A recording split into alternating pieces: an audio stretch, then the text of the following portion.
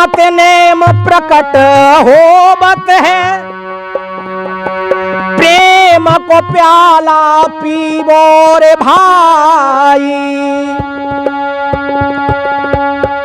प्रेम मिटावे बिछुड़े जनते, तो प्रेम ते सत्संगत बने जाई। तो प्रेम ते पावत प्रीतम प्यारो, प्रेम ते भव बंधन तर जाई। ज्ञान दास कहे प्रेम प्रीति बिन, जन्म अनेकन धोखा खाई।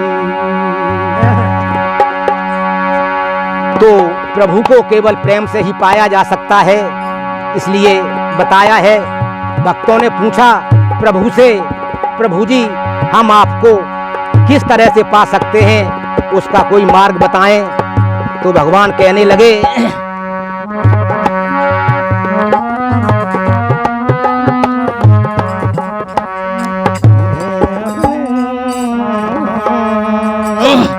तुम्हें अपने रिझाने का सरल रास्ता बताया है। तुम्हें अपने रिझाने का सरल रास्ता, तुम्हें अपने रिझाने का सरल रास्ता बताया है। तुम्हें अपने रिझान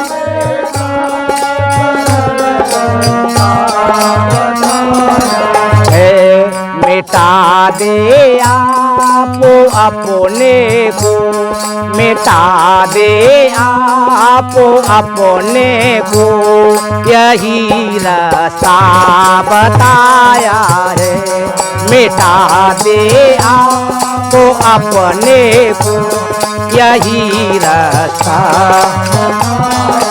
है। तुम्हें अपने रिझाने का सरल रास्ता बताया है।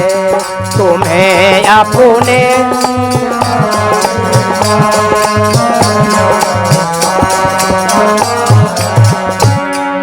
तो प्रभु कहने लगे कि अगर तुझको पाना है तो तेरे पास जो अहम की वृत्ति है, मैं इतना बड़ा पैसे वाला हूँ, इतना धन है, इतनी नौकरी है, इतना परिवार है, सारे अहम को मेरे कदमों में रख दे और तू बिल्कुल पवित्र हो जा, तभी तेरा कल्याण होगा। अगर एक भी अहंकार अपने पास रखेगा तो तेरा कभी कल्याण नहीं हो सकता।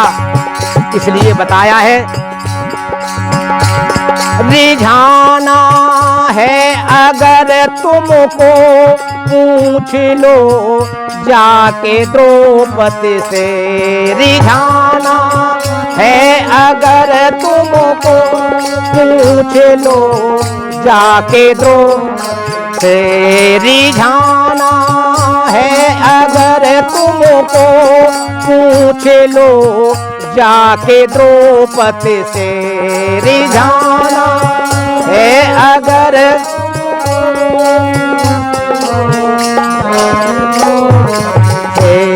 उठाकर हाथ ऊपर को, उठाकर हाथ ऊपर को, तभी उसने रिझाया है।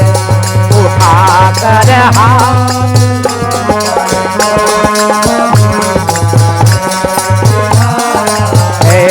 उठाकर हाथ ऊपर को, तभी उसने रिझाया है। उठा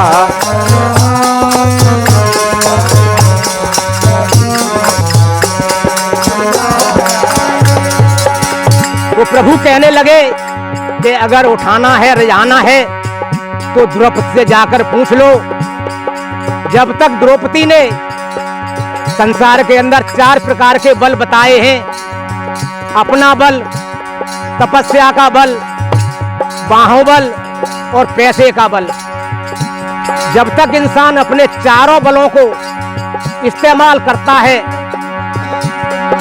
तब तक परमात्मा उसकी सहायता नहीं करते।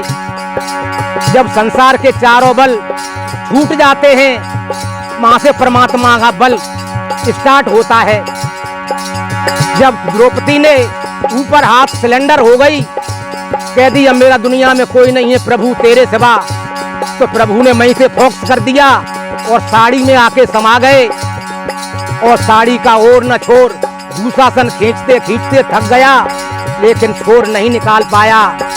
इसलिए हमें अगर प्रभु को रिझाना है, पाना है, तो हमें अपने को उनके चरणों में सरेंडर करना है, तभी हम प्रभु को पा सकते हैं। इसलिए बताया है,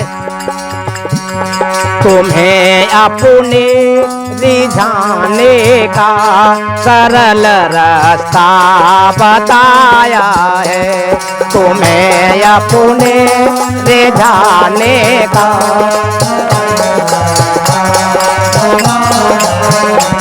तुम्हें अपने रिझाने का सरल रास्ता बताया है, तुम्हें अपने रिझाने का। और बताया है, रिझाना है अगर तुमको पूछ लो जाबे धुर रानी, रिझाना है अगर तुमको पूछ लो जाबे धुर। बताया है, ये जिक्र उस समय का है जब महाभारत की लड़ाई स्टार्ट हो गई। कन्हैया जब संधि पत्र लेकर दुर्योधन के पास गए और बोले कि कौरवों पांडवों को केवल 5 गांव दे दो तो ये लड़ाई नहीं होगी, पर दुर्योधन ने सुई की नोक की बराबर भी देने से इनकार कर दिया और कह दी हम उसको लड़के दे सकते हैं, पर संधि से 1 नोक की बराबर जगह नहीं देंगे।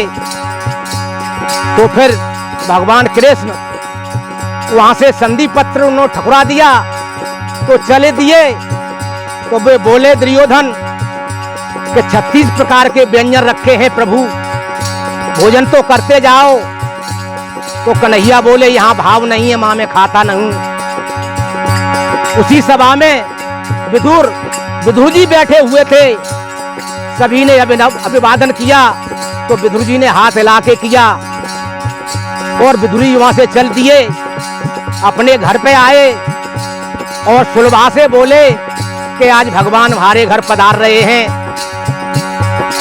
इतनी बात उनकी पत्नी सुलभा ने सुनी तो वो खुशी के माए मग्न हो गई और विदुर जी बोले मैं बाजार जाता हूँ, कुछ खाने के लिए लाता हूँ, घर में कुछ नहीं है, तब तक तुम घर की सफाई कर लो। तो वो सफाई करके स्नान करने बैठ गई विदुरानी। और इतने में कन्हैया ने दरवाजा खटखटा दिया और कहने लगे कि अकाकी हैं। तो वो नग्न अवस्था में स्नान कर रही थी, तो ऐसे ही प्रभु के प्रेम में उठ के चली गई और सांकर खोल दी, भगवान को लिवा के अंदर लाई। तो कहने लगी कहाँ बैठारूं? तो वे पीढ़ी उठा के लाई, तो पीढ़ी को मैंने उल्टा ही बिछा दिया। भाव विभोर में अपने को भूल चुकी थी और इनको क्या खिलाऊं। तो केले वहां रखे थे, केले लाके वो खिलाने लगी। तो गिद्दी डालने लगी और छिलका को भगवान को देके खिलाने लगी। तो भगवान बड़े प्यार से वो छिलका खाने लगे, मस्त मगन होकर। इतने में विदुर जी आ जाते हैं बाजार से और कहते हैं हे सुलभा, ये तू क्या कर रही है? तुझे अपना भी होश नहीं है, तू किस अवस्था में बैठी है? जब उसने देखा करे मैं तो नग्न अवस्था में हूँ, तब वो भाजी वहां से कपड़े पहरे, तो उन्होंने अपने शरीर को भी प्रभु चरणों में अर्पण कर दिया, अपने शरीर को भी भुला दिया और आत्मा आत्मा का संबंध हो गया। वो सच्चा प्यार है, तब भगवान की प्राप्ति होती है। तभी इसलिए कहा है रिझाना है अगर तुमको पूछ लो जाबे धुर रानी रे जाना है अगर तुम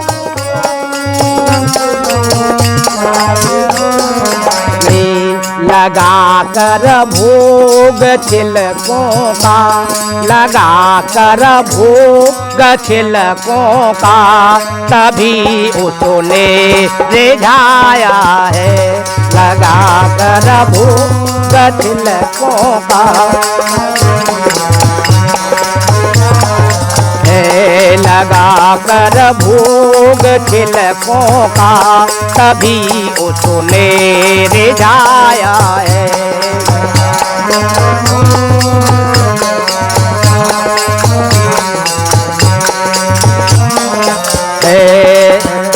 अपने रिझाने का सरल रास्ता बताया है तुम्हें अपने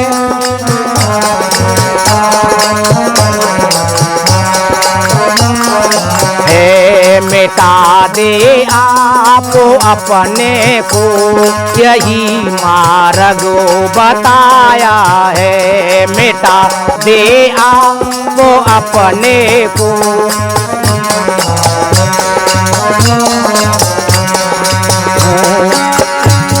तो बताया है परमात्मा तभी मिलते हैं जब हम उसकी शरण हो जाते हैं। तो और बताया है आगे रिझाना है अगर तुमको पूछ लो जाके मीरा से रिझाना है अगर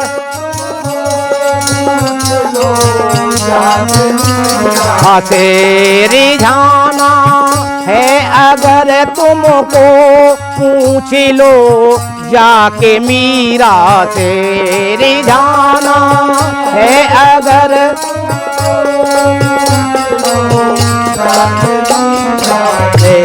प्याला जहर का पीकर प्याला जहर का पीकर तभी उसने रिझाया है प्याला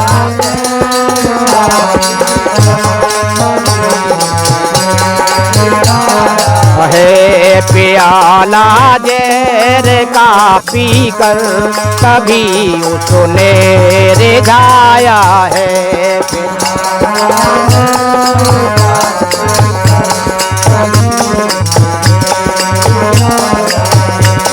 रिझाना है अगर तुमको पूछ लो जाके नरसी से रिझाना